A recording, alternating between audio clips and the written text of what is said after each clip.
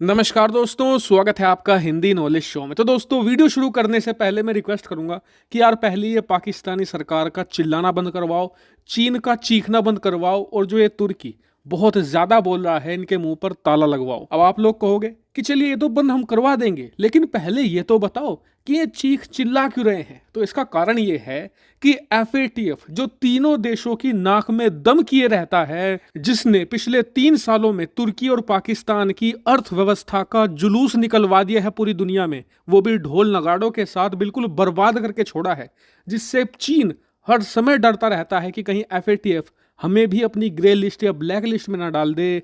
उसी एफएटीएफ का प्रेसिडेंट यानी अध्यक्ष अब एक भारतीय मूल का व्यक्ति बनने जा रहा है। जी हां, अब से कुछ ही देर पहले एफएटीएफ ने खुद यह बात रिवील करी है कि टी राजा कुमार वो अब एफएटीएफ के नए प्रेसिडेंट बन चुके हैं और 2 सालों तक उनका कार्यकाल होगा, यानी कि 2024 के अंत तक। वहीं बात करें टी राजा कुमार जी की, तो वैसे तो ये भारतीय मूल के हैं, लेकिन ये सिंगापुर में रहते हैं और सिंगापुर की सरकार में, वहाँ के पुलिस डिपार्टमेंट में ये बहुत ही हाईएस्ट पोजीशन पर रह चुके हैं।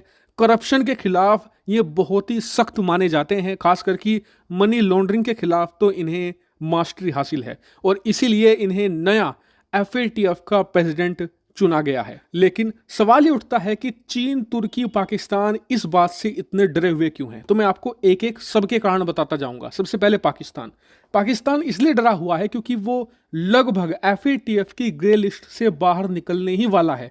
अक्टूबर में एफएटीएफ की एक टीम जाएगी पाकिस्तान, जो एक ऑन साइट विजिट करेगी, जिसके बाद ऑफिशियल तौर पर पाकिस्तान ग्रे लिस्ट से बाहर आ जाएगा। उसके बाद पाकिस्तान को अच्छा खासा इन्वेस्टमेंट दुनिया भर से मिल सकता है, इसके अलावा कर्ज मिल सकता है, वो भी बहुत ही कम ब्याज दरों पर। ऐसे में पाकिस्तान को अक्टूबर के बाद बहुत ज़्यादा फायदा होने जा रहा था, लेकिन ऐन वक्त पर एक भारतीय मूल का व्यक्ति एफएटीएफ का प्रेसिडेंट बनने जा रहा है और सिंगापुर पाकिस्तान के रिलेशन वैसे भी उतने अच्छे नहीं है जितने भारत सिंगापुर के हैं।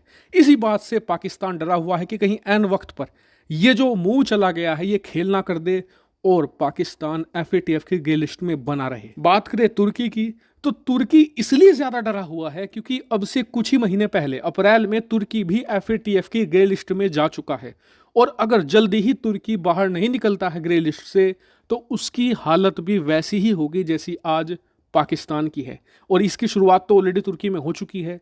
इनकी जो करेंसी है तुर्किश लीरा, वो 100% तक डिक्लाइन कर चुकी है। ऐसे में तुर्की को जल्द से जल्द एफएटीएफ की ग्रे लिस्ट से बाहर निकलना है और तुर्की सोच ही रहा था कि आने वाले 3-4 महीनों में जब एफएटीएफ की दूसरी मीटिंग होगी तो उसमें वो इस मुद्दे को उठाएगा और ग्रे लिस्ट से बाहर निकलने का प्रोसेस शुरू कर देगा। उसके बाद 1 साल के अंदर एफएटीएफ की लिस्ट से तुर्की बाहर आ जाएगा।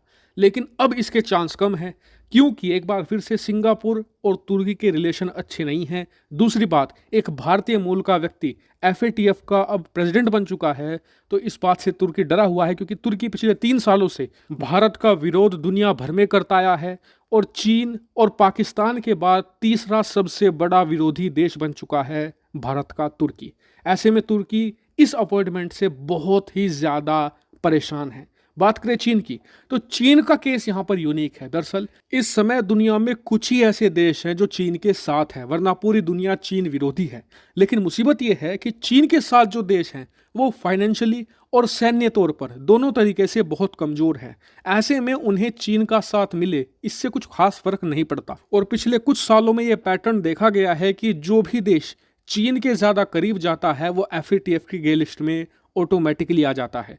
और चीन पिछले कई सालों से कोशिश ये कर रहा है कि अपने करीबी सभी देशों को एफएटीएफ की लिस्ट से बाहर निकलवाए। लेकिन अब एक भारतीय मूल का व्यक्ति जब प्रेसिडेंट बन चुका है तो चीन के सहयोगी एफएटीएफ की लिस्ट से बाहर निकलना तो छोड़िए, संभावना चीन को यह लग रही है कि उसके खिलाफ भी एफएटीएफ में कुछ एक्शन लिए जा सकते हैं। और इसीलिए 3 देशों की तिकड़ी इस अपॉइंटमेंट से खासी नाराज दिख रही है। हालांकि इस अपॉइंटमेंट पर आपका क्या मानना है, कमेंट करके जरूर बताएगा। फिलहाल इस वीडियो में इतना ही। Thank you very much for watching.